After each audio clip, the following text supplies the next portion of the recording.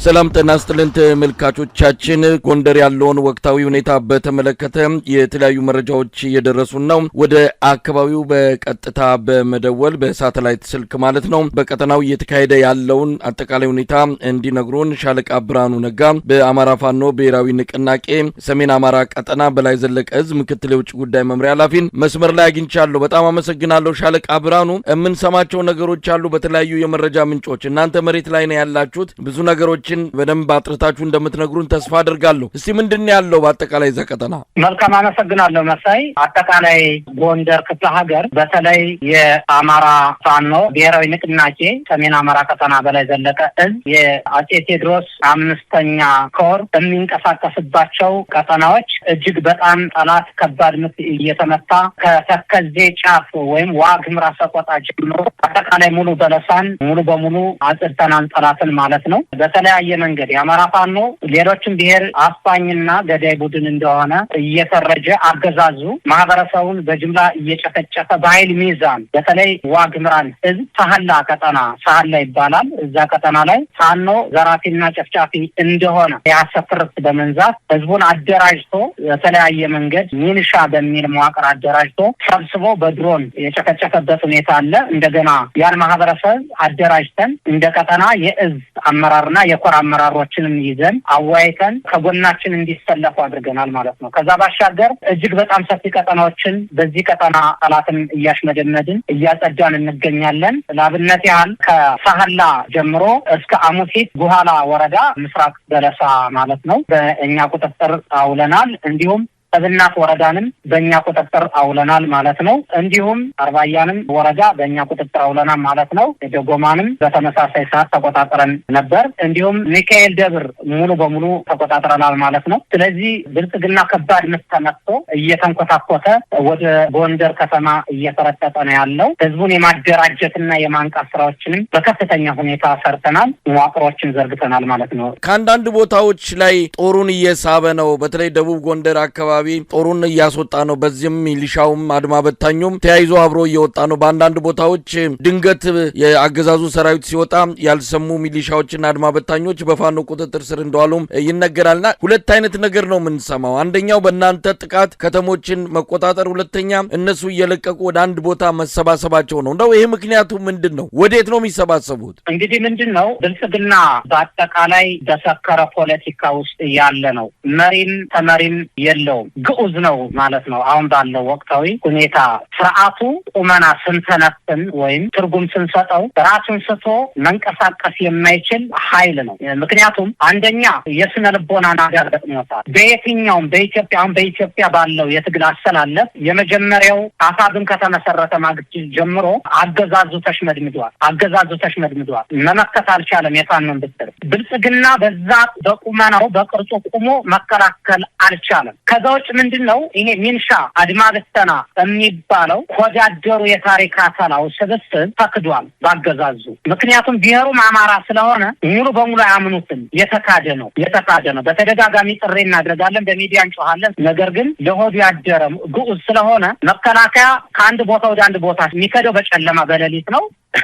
እዛ በኋላ ነው እንግዲህ ይሄ የታሪክ አካላ በእግር የሚከተለው። ስለዚህ ምንድነው አጠቃላይ አሁን ብልጽግና ራሱን መከላከል በሚችልበት ቁመና ላይ አይደለም።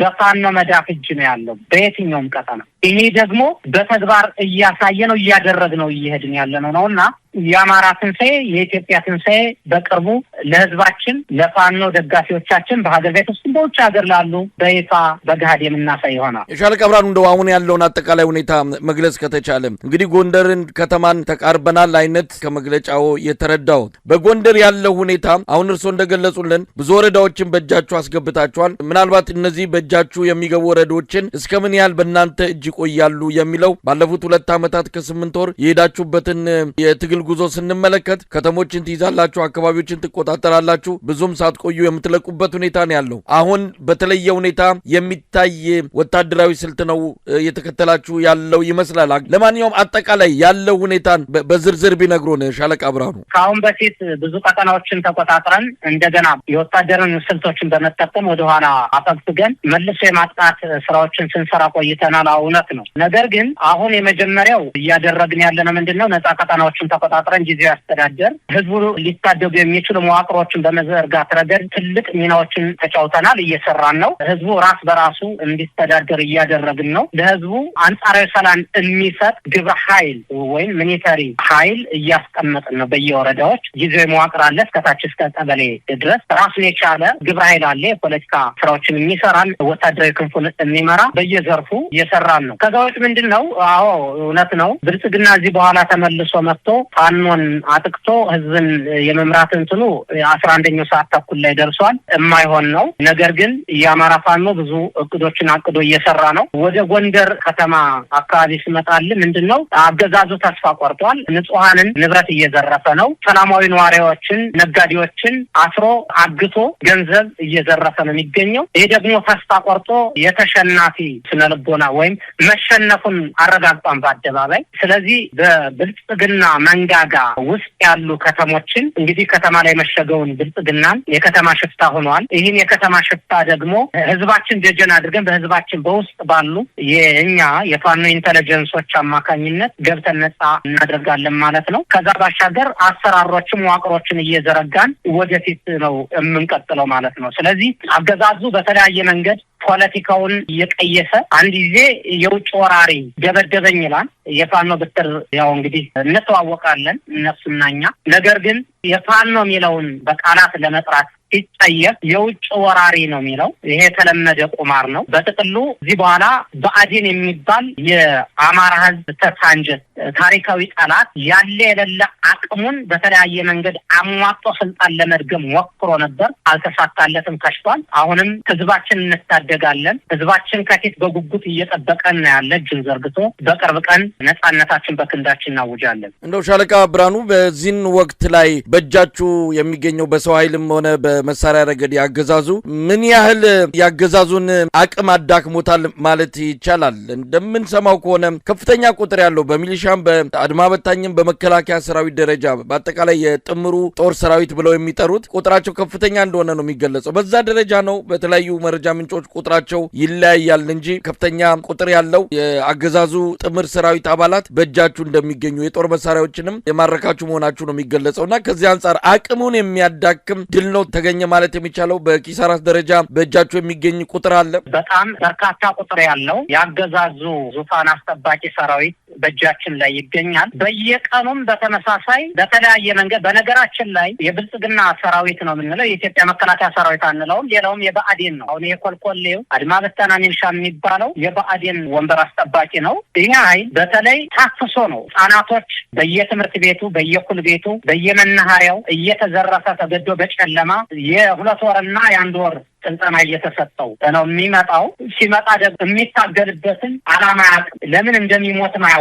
ስለዚህ እጅግ የኛ ደስታ ምንድን ነው? እጅግ በጣም በርካታ ሰራዊትን በዚህ መልክ አገዛዙ ቢጠቀምም እጅግ በጣም በርካታ የሆነ የአማራን ህዝብ ብሎም የኢትዮጵያን ህዝብ ልናደራጅ በምንችልበት ደረጃ መሳሪያዎችን ከቡድን መሳሪያ እስከ ወከፍ መሳሪያ በእጃችን አድርገናል ማለት። ይሄ ነገ ብልጽግና ያፈረሳትን ኢትዮጵያ እንድንገነባ እድልና በር ከፍቶልናል። በመጨረሻ እንደው ሻለቃ ብርሃኑ የኢትዮጵያ ህዝብ ትክክለኛ መረጃ እየደረሰው አይደለም። በአገዛዙ የፕሮፓጋንዳ ማሽኖች የሚቀርብለት መረጃ ልማት ነው፣ ኢትዮጵያ ያደገች ነው፣ ከዛ ያለፈ ምንም ነገር እየተነገረው የለም። በአገር ውስጥ ከፍተኛ የሆነ ጦርነት በተለያዩ አካባቢዎች እየተካሄዱ ነው። በዙሪያው ኢትዮጵያ በአፍሪካው ቀንድም እንደዚሁ ፍጥጫ ውስጥ ናት የምትገኘው። ከሱዳን ጋር ጦርነት ለመግባት የሚያስችል ትንኮሳ በአብይ በኩል ተፈጽሟል። በቤንሻንጉል ጉሙዝ የጦር ሰፈር ለአማጺ ቡድኑ በመስጠት እንደዚህ አይነት ነገሮች ሲታዩ የኢትዮጵያ ህዝብ ማወቅ ያለበት አሁን ላለው